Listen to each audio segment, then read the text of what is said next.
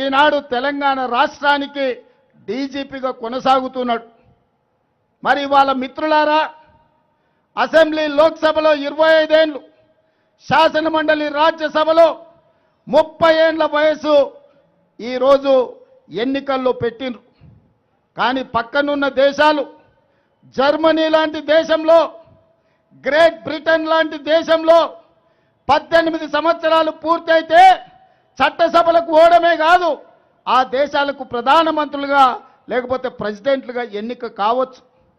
పక్కనే ఉన్న సింగపూర్లో 21 సంవత్సరాలు పూర్తి చేసుకుంటే ఆ దేశానికి ప్రధానమంత్రి కావచ్చు. అందుకే ఈనాడు మా మిత్రుడు మహేష్ గౌడ్ గారు ఏదైతే సూచన చేసిండో మీ అందరి సమక్షంలో నేను మాట ఇస్తున్నా. ఆగస్టు మొదటి వారంలో అసెంబ్లీ శాసన మండలి ప్రత్యేక సమావేశాలు ఏర్పాటు చేసి శాసనసభలో చర్చించి ఈ దేశంలో ఎమ్మెల్యేగా ఎంపీగా పోటీ చేయడానికి 21 సంవత్సరాల వయసును అర్హతగా తీర్మానం చేసి ప్రధానమంత్రికి పంపిస్తా. ఈరోజు ఎవరో మంత్రులు ప్రధానమంత్రులు కావడం కాదు, 25 సంవత్సరాల వయసు వరకు మీరు ఎదురు చూడాల్సిన అవసరం లేదు. ఈరోజు జంతర్ మంతర్ వీధుల్లో ధర్నా చేయడం కాదు, లోక్సభ రాజ్యసభలో మీ గళాన్ని వినిపించడం ద్వారా, మీ సమస్యల్ని లేవనెత్తడం ద్వారా ఈ దేశానికి ఆదర్శంగా ఉండే విధంగా ఈ దేశం నుంచి యువకులు ఈ దేశాన్ని పరిపాలించగలిగిన సత్తా ఈ యువకు ఇవ్వాలి అని తెలంగాణ శాసనసభలో తీర్మానం చేసి పార్లమెంటులో రాహుల్ గాంధీ, మల్లికార్జున్ ఖర్గే గారి నేతృత్వంలో బిల్లును ఆమోదించే విధంగా ఈనాడు కాంగ్రెస్ పార్టీ మా ప్రభుత్వం ప్రయత్నం చేస్తుందని చెప్పి ఈ సందర్భంగా మీకు నేను మాట ఇస్తున్నా.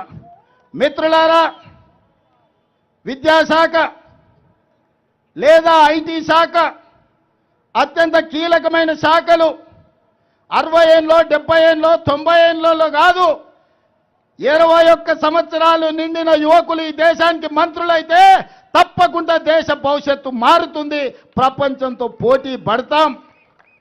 ఈనాడు 543 మంది ఎంపీలు ఉంటే 1% కూడా జెన్జీ ప్రాతినిధ్యం లేదు.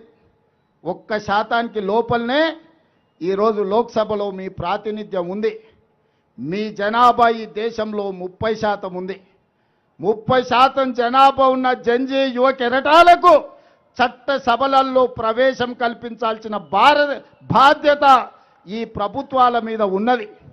అందుకే భారత రాజ్యాంగాన్ని సవరించడం ద్వారా చట్టసభల్లో 21 సంవత్సరాలు నిండిన యువకులకు, యువతులకు ఎమ్మెల్యేలుగా, ఎంపీలుగా పోటీ చేసే అవకాశాన్ని కల్పించాలి.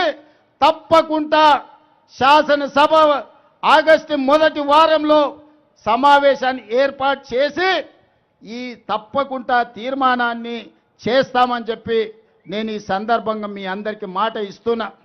మిత్రులారా, రాజకీయ పార్టీలను, రాజకీయ కార్యకర్తల్ని బెదిరించో, అదిరించో, అక్రమ కేసులు పెట్టో, ఈడీ, ఇన్కమ్ ట్యాక్స్, సిబిఐ కేసులతో ఈనాడు లొంగ తీసుకునే ప్రయత్నం కేంద్ర ప్రభుత్వం చేసింది.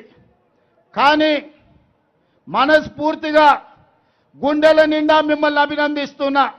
నరేంద్ర మోడీ నిరంకుశ పాలనకు, మీ నీట్ పరీక్షలు, సిబిఎస్ఈ పరీక్షల్లో వైఫల్యం చెందిన కేంద్ర ప్రభుత్వాన్ని మీ గుండె ధైర్యంతో లాఠీలకు, తూటాలకు, బాష్పవాయు గోళాలకు ఎదురొడ్డి నిలబడి నరేంద్ర మోడీని ఓడించి ధర్మేంద్ర ప్రధాన్ను రాజీనామా చేయించారు. మనస్ఫూర్తిగా ఈ యువ తరానికి ఈరోజు నేను అభినందనలు తెలియజేస్తున్నా. ఈ సునామీ ఇంతటితో ఆగొద్దు. ఈరోజు ఇక్కడ ఏదైతే మీరు గలం వినిపించిండ్రో మీ మాట చట్టసభల్లో వినిపించాలి, ఇది ప్రపంచానికి చేరాలి అనేదే నా ఆలోచన. అందుకే आज यहां पर जो आगे हमारे भाई बहनों से एक ही मेरा सुझाव है, आपके लड़ाई सड़क से लेकर संसद तक चलना, संसद अंदर जाने के लिए दरवाजा बंद है। इसीलिए आज एक बात साफ कहना चाहता हूं, तेलंगाना मुख्यमंत्री के नाते पर अगस्त पहले वार असेंबली शासन मंडली बुलाऊंगा।